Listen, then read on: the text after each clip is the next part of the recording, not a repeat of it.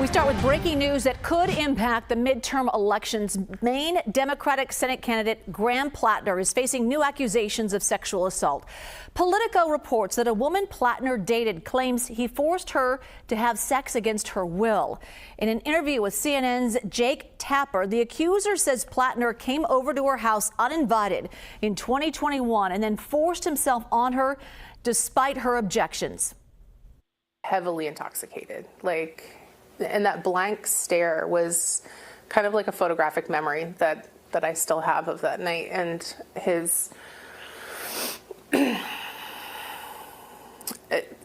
that was me recognizing what the situation was. And this wasn't just like, oh, hey, somebody showed up and I'm going to tell him to go home. He was heavily intoxicated, had intentions with me, and wasn't listening when I said no. Platner denies the report and says he is taking time to decide what comes next. Any accusation of non-consensual behavior is categorically false, regardless of the inaccuracy of the reporting, but mindful of the political reality it will inflict.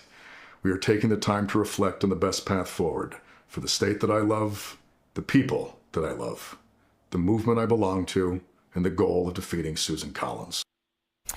All right, let's go right to Aaron Zitner. He is a reporter and editor in the Wall Street Journal's Washington bureau. Aaron, thanks for joining us. Let's talk about this. Platner has dealt with a number of controversies, everything from a Nazi-linked tattoo to sexual misconduct allegations. Now this, can he salvage his campaign?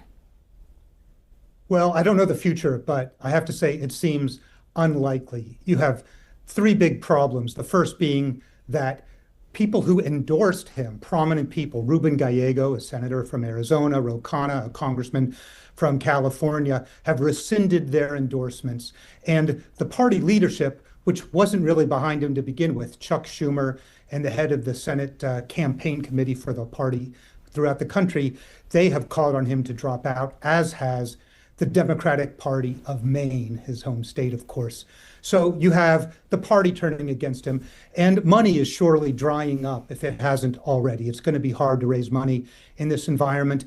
And finally, you have the voters. And I've talked to plenty of Maine voters who already, he got more than 70% support in the Democratic primary, but a lot of people were still in kind of, we don't know everything about this person mode. And now you have a woman going on record on TV in a way that can be used in attack ads against him, saying that he's crossed the line into violent and non-consensual behavior. It seems really hard to dig out from this.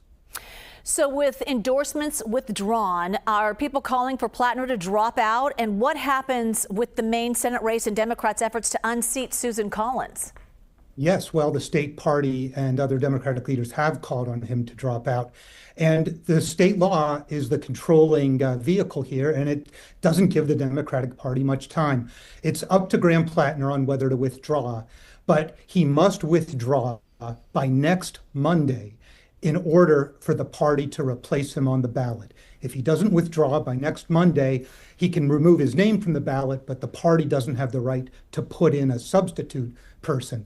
So by next Monday, if he withdraws, the party then has 2 weeks to pick a replacement, and that would fall to the Democratic State Committee, the Democratic Party of Maine, the state committee.